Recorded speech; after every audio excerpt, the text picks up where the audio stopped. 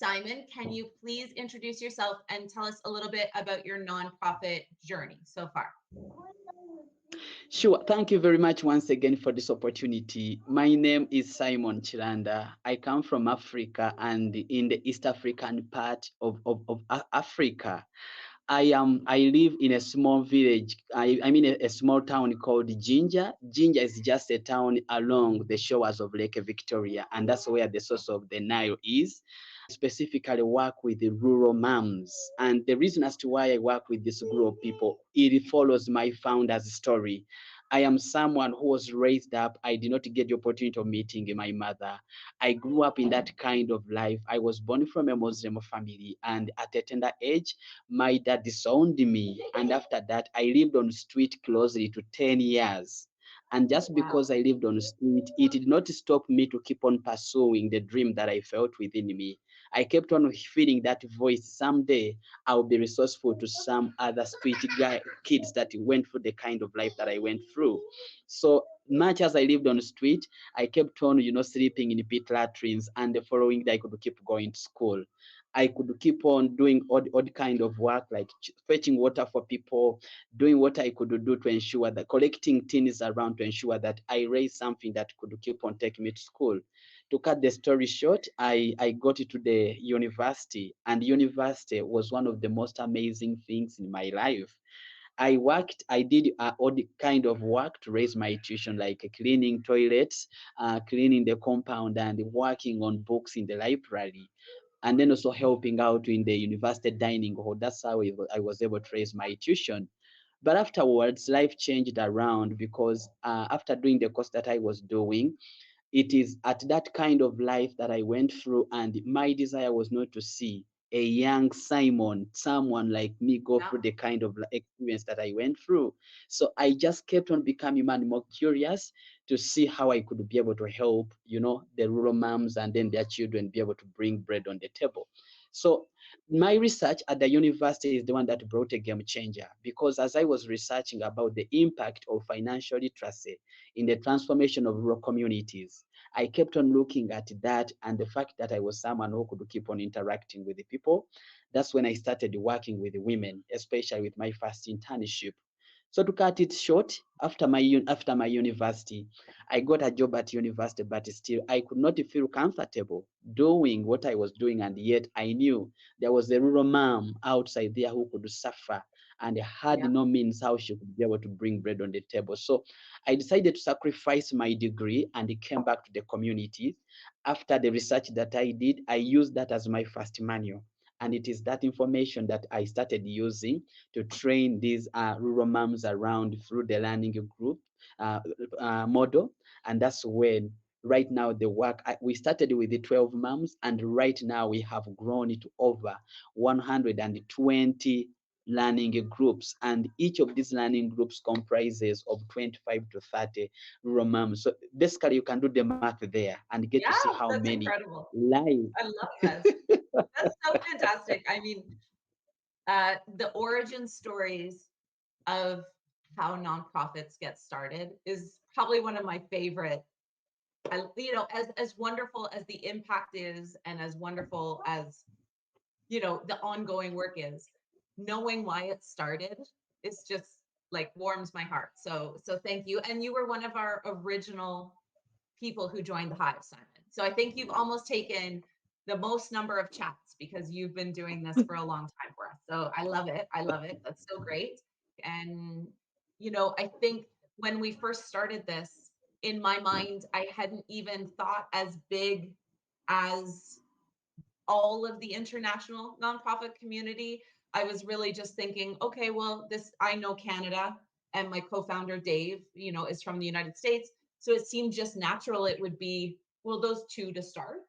And instead, the community that's coming out of all of these African nations, but also Europe. And we had someone take their first Australian stayed up, like got up at 4:30 in the morning to take a chat the other day because they wanted to participate. And so like I just never thought it would be this big, I guess, or it would go this far. So it's very cool to see it growing. Wow, that's so wonderful. That's so wonderful, Tasha. Thank you very much once again. Yeah, good. So tell me, Simon, what's your favorite part of working in the nonprofit sector? What do you like the best about your work? With the mission that I have just explained with the Romams here in Uganda, I believe in the work. I mean, I believe in the power of love, and it's love that unites and is able to transform lives. And we know that it transforms the people, transform communities. So it is through this touch that as we love, as we unite, as we come together to make an impact, it is this powerful force that will keep on transforming lives around. So with that, I have continued to see lives turning around of impoverished rural moms. And every time that I'm to mention about this, I don't forget a group of women that I met at first. And those were Yeah, extremely widows. The names of Hadija, Aisha, Monica, Mary, those are some of the women that have continued to make this more and more meaningful. When I see yeah, them today, with businesses that have been able to grow, they're able to provide for their children. It is something that has really kept on, bringing that yeah, pure in the non-profit sector. yeah, absolutely. It puts a fire inside your body, I think, right? Fires you up when you see what can be accomplished, right? And it's not always success stories, but those stories of success just, I think, feed your soul for a long time. That's very true. So in your nonprofit work, as a founder, as someone who started this, what has been one of the more challenging parts of the work? What have you found to be more of a struggle? Yeah, thank you once again, Tasha, for this question. When it comes to the non-profit work in life, I have kept on wondering why is it called non-profit, because it's not non-profit. Yeah, It's not something that you can think, because you're putting in psychology, you're taking sleepless nights thinking about how this and the other is going to happen. So one of the challenges that I have found is the increasing need for humanity, especially with those that we are serving, the raw women. When you get to see a real life touched, like the ones that I've just talked about, Hadija, Monica, Mary, and all those other ones, you feel motivated every day to keep on running. But even when yeah, we are running on the hill, when you're running on the hills, at times what becomes more challenging is the yeah, operational costs that we all know that non-profit it's a no-brainer. It's a kind of work that you keep on doing daily.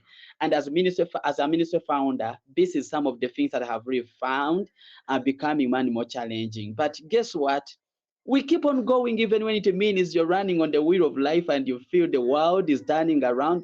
But it's that thing that keeps on bringing more joy and joy and joy. So I can ably say that to me it may not be a challenge, but in everything that seems to be a challenge, there's a big story. There's a yeah, big, lesson that is unfolding. So I don't know, but with the challenges, I have always gone to embrace them as opportunities, because behind every challenge, you see, as you keep on interacting with someone like a Tasha, you get together to share. Even when you feel it's a challenge, by the time you leave, you feel fueled up and you're able to run millions miles yes. again. Well, and I think that leads perfectly into some of my next questions too. But I know we've talked before. We had a Hive chat right near the beginning when we first started this. You were one of my first Hive chats, and I think Yes. that is the beautiful thing out of these once a week chats for me personally, and I've heard from many others, is getting to talk about your work with another person who does similar work or cares about this work in the same way. It gets you like, yeah, it just gets you so excited. The rest of my day is always better for having talked to people like yourself. It makes it's the reason, it's my reason and it's my why, but I think it also helps us remember what our why is for the work. And then when things are tough, you can kind of go, oh, this is why I still do this work. And it's nice to share it.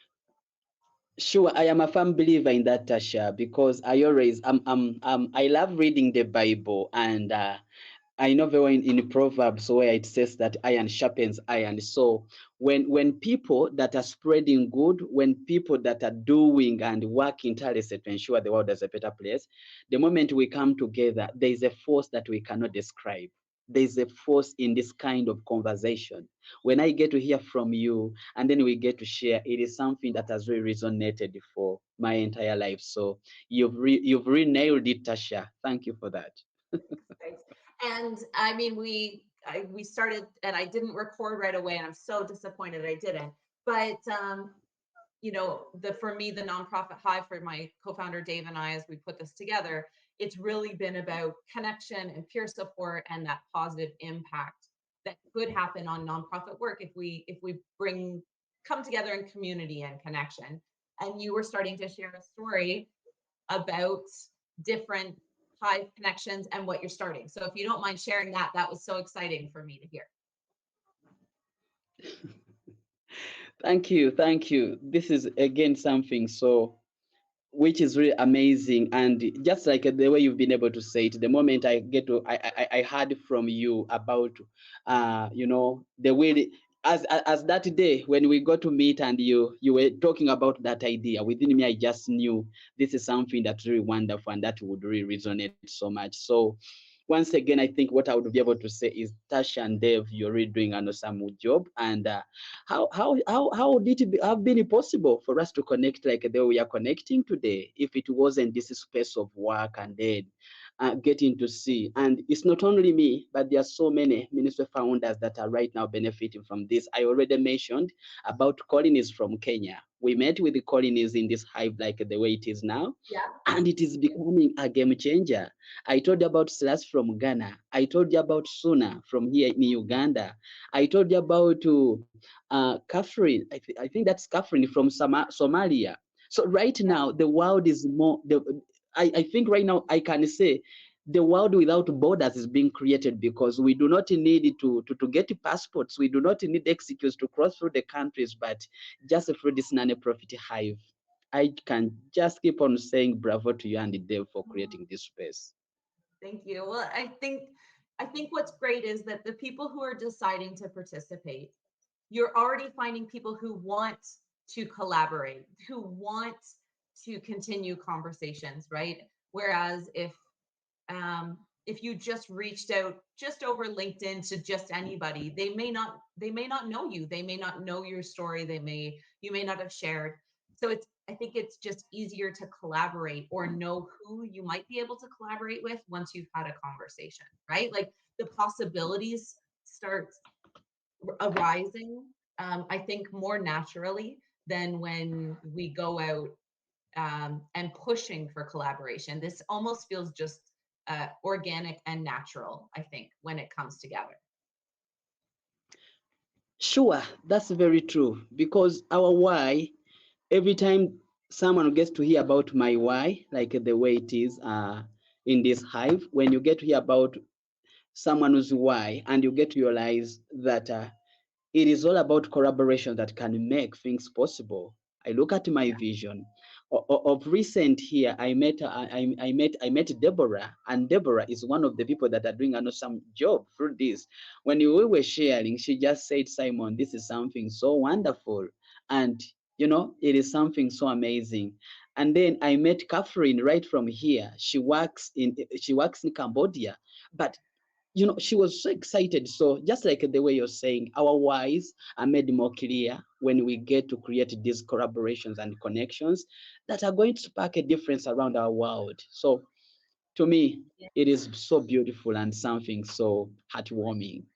Yeah. Well, we appreciate you having just jumped in with both feet and your open heart and for supporting us all this time already. And, we're not even, 6 months in yet, or we're just coming up on 6 months. And so what has happened, I know, is often because of people like yourself, right? So this was very exciting and I appreciate it so much, Simon. And yeah, and just thank you from the bottom of my heart. Wow. What can I say? Thank you, Tasha, too. This is something so resonating. And when you get together with the Dev, just give him a high five The thing is Okay. really working, and it's changing lives. And I also want to bring your greetings from my co-founder, that is Sarah. She's really ever impressed about this, and every time I have already finished signing in for my next Hive. So every day we get to have a Hive. I'm just on the lookout for another email to keep on signing on, because they are Well, that's resonating. wonderful. They That's are great. resonating, and I am learning something so wonderful. And maybe the other thing that I cannot fail talking about is the platform that it gives us to have consistent learning as ministry Yeah. founders and the development directors and founders, as we get to solve equations of lives and then the challenges within the communities. Now, like for our case in the Ginger Rock communities, where so these hives are really helping a lot, because as we get to share, we get to know it's more of a continuous and consistent learning. Every time I get to hear Yes. from someone, every time we share experience, it's really resonating, and I just keep on saying that is so amazing.